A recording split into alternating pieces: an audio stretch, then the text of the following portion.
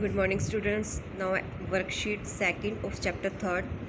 First question है a quadrilateral whose one pair of opposite sides are parallel is called. एक quadrilateral जिसकी एक pair होता है अपोजिट साइड्स का क्या होता है पैरेलल हो तो वो क्या कौन सा क्वाड्रिलेटर होता है। तो रेक्टेंगल के दोनों पेयर्स दोनों अपोजिट पेयर क्या होते हैं पैरेलल होते हैं पैरेललोग्राम के भी, ठीक है। और स्क्वायर बट ट्रेपेजियम जो होता है उसके क्या होती है one pair of opposite sides parallel होती हैं, तो इसका आएगा डी पार्ट। नेक्स्ट है second, for which of the following figure diagonals are equal to each other. इनमें से किनके डायगोनल्स क्या हैं इक्वल टू ईच अदर होते हैं। तो इसका आएगा रेक्टेंगल के जो डायगोनल्स होते हैं वो क्या होते हैं इक्वल लेंथ के होते हैं, तो क्या होगा diagonals are equal to each other. Next है third, which of the following statement is true about trapezium. Trapezium जो क्वाड्रिलेटर है उसकी के लिए कौन सी इनमें से कौन सी स्टेटमेंट क्या है ट्रू है। फर्स्ट है its diagonal are perpendicular to each other. Next है its diagonal bisect each other. Next है its diagonal are equal. D part है इसका a pair of its opposite side is parallel. तो देखो ये तीनों तो इस पे अप्लाई नहीं होती ट्रेपेजियम पर, ओनली ये डी वाली अप्लाई होती है, ठीक है। तो इसका आएगा D part, a pair of its opposite sides is parallel. जो ट्रेपेजियम होता है उसकी जो अपोजिट साइड्स होती हैं अपोजिट साइड्स का वन पेयर क्या होता है पैरेलल होता है। नेक्स्ट है fourth, sum of all angles of pentagon is. जो पेंटागन के सभी एंगल्स का सम किसके इक्वल होता है 540, ठीक है। तो इसका आएगा डी पार्ट। नेक्स्ट है 5, adjacent angle of a parallelogram are 3x + 19 and 2x + 21 smaller of the two adjacent two angles. देखो जो पैरेललोग्राम है उसके एडजेसेंट एंगल्स दिए गए हैं, ओके। तो smaller of the two angle is, हमने बताना कि इन दोनों में से स्मॉलर एंगल कौन सा होगा। आप क्या करोगे, हमें पता है देखो जो पैरेललोग्राम है उसके एडजेसेंट एंगल्स का सम किसके इक्वल होता है 180 के। तो दो एडजेसेंट एंगल दिए गए हैं, इनका हम सम किसके इक्वल लेंगे 180 पे। यहाँ पे हमने क्या किया इन दोनों एंगल्स का सम 180 ले लिया, ठीक है। इन सभी को हम सोल्व करेंगे, ठीक, ओके। x की प्लस कर ली, 19 + 20 कितना 40 = 180। 5x = 180 में से 40 माइनस कर देंगे तो कितना आएगा 140। x एज इट इज़ आ जाएगा, 5 नीचे चले जाएगा, कितना 140 / 5 कितना आ जाएगा 20। x की वैल्यू 20 आ गई। तो इन दोनों एंगल्स में हम क्या करेंगे x की वैल्यू पुट कर देंगे।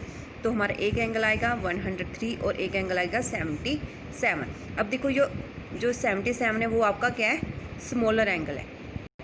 यहाँ पे smaller of the two angle is, इन दोनों एंगल्स में से सबसे छोटा एंगल कौन सा है वो हमने बताना था। तो सबसे एंगल छोटा ये वाला था, ठीक है। कितना निकला था हमारा फाइंड किया तो 77, तो सी आ जाएगा इसका। नेक्स्ट है 6, for which of the following quadrilateral. आपको कुछ क्वाड्रिलेटर दिए गए हैं, इनमें से बताना है the diagonals are equal and bisect each other. देखो इनके बताने कि डायगोनल्स इक्वल भी होते हैं और बाइसेक्ट भी करते हैं ईच अदर, ठीक है। तो देखो इसमें क्या आएगा ट्रेपेजियम है, इसके जो डायगोनल बाइसेक्ट करेंगे बट इक्वल नहीं होते, ठीक है। रोम्बस है बाइसेक्ट करेंगे बट इक्वल नहीं होंगे। जो रेक्टेंगल होता है उसके जो एंगल्स डायगोनल्स होते हैं वो क्या होते हैं इक्वल भी होते हैं और बाइसेक्ट भी करते हैं एक दूसरे को, तो इसका आएगा सी पार्ट। नेक्स्ट है sum number 7, in the trapezium BEST the measure of angle BTS। यानी हमने क्या है टी एंगल है जो उसका मेजर फाइंड आउट करना है इसका, ठीक है। अब देखो जो हमारे पास ये ट्रेपेजियम है, ट्रेपेजियम में इन दोनों एंगल्स का सम क्या होता है 180 होता है, ठीक है। तो हम इस एंगल को x सेलेक्ट कर लेते हैं, x + 64 = कितना लेंगे 180, ठीक है। तो हमारे पास x की वैल्यू आ जाएगी 160। तो हमारा जो एंगल BTS है वो कितना आ जाएगा 160। नाउ नेक्स्ट सम है 8, विच of the following can not be 4 anterior angle of A quadrilateral. देखो इनमें से हमने चेक करना है कि भी कौन सी क्या है, इनमें से कौन सा क्या है जो एंटीरियर एंगल क्वाड्रिलेटर के एंटीरियर एंगल नहीं है 4, ठीक है। तो देखो हमें पता है क्वाड्रिलेटर की प्रॉपर्टी क्या आती है एंटीरियर एंगल की, sum of all interior angle of quadrilateral is equal to 360। हमने सभी का सम करके देखना है कि इक्वल टू 360 आ रहा है। जिसका 360 नहीं आ रहा वो आपका क्या होगा करेक्ट आंसर होगा। ठीक है, तो देखो इसमें हमने ए और बी डी है, जो उनका सम क्या आएगा 360 के इक्वल आएगा, बट जो हमारा सी पार्ट है इसका जो सम है 360 के इक्वल नहीं आएगा। तो सी हमारा क्या होगा, करेक्ट आंसर होगा, क्योंकि इन सभी एंगल्स का सम करके देखेंगे तो वो नॉट इक्वल टू 360 आएगा। ओके, नेक्स्ट है 9 sum, the measure of each angle of rectangle is. तो देखो जो रेक्टेंगल क्वाड्रिलेटरल होता है उसके हर एक एंगल, ईच एंगल का मेज़र कितना होता है, तो वो 90 डिग्री होता है। नेक्स्ट है 10 sum, the sum of all angle of a polygon is 720। The polygon is, कहते हैं कि एक ऐसा पॉलीगन है जिसके सम ऑफ ऑल एंगल, सभी एंगल्स का सम क्या है 720 है। तो हमने बताना है कि उस पॉलीगन का नेम क्या है। तो वो पॉलीगन होता है हेक्सागोन। ठीक है, इसका आएगा सी पार्ट, क्योंकि हेक्सागोन में कितनी साइड्स होती हैं, 6 साइड्स होती हैं। ओके, और 6 साइड्स होती है और इसके सभी एंगल्स का सम क्या होता है 720 के इक्वल होता है।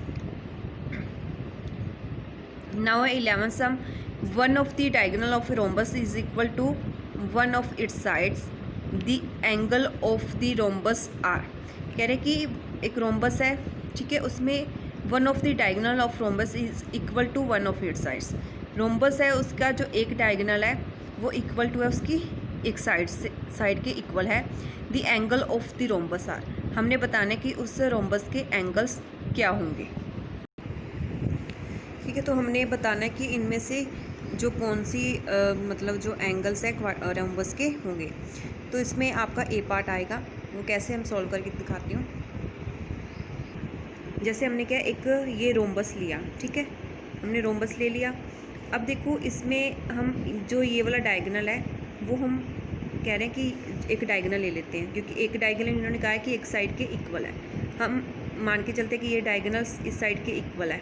ओके, तो हमारे पास से ये जब अब देखो ये वाला पोर्शन क्या, एक आइसोसेलेस ट्रायंगल बन रहा है, क्योंकि इसकी 2 साइड्स क्या होती हैं, इक्वल होती हैं। ठीक है, और आइसोसेलेस एंगल है, उस ट्रायंगल है, उसकी 2 साइड्स इक्वल होती हैं और उसके जो अपोजिट एंगल होते हैं वो भी इक्वल होते हैं। जैसे हमने लेट कर लिया ये वाला, इसको हमने दे दें ए बी सी डी। ठीक है, हमने ए एंगल लेट किया 60, तो आपका जो यहाँ पे इस ट्रायंगल में सी एंगल भी क्या होगा 60 होगा।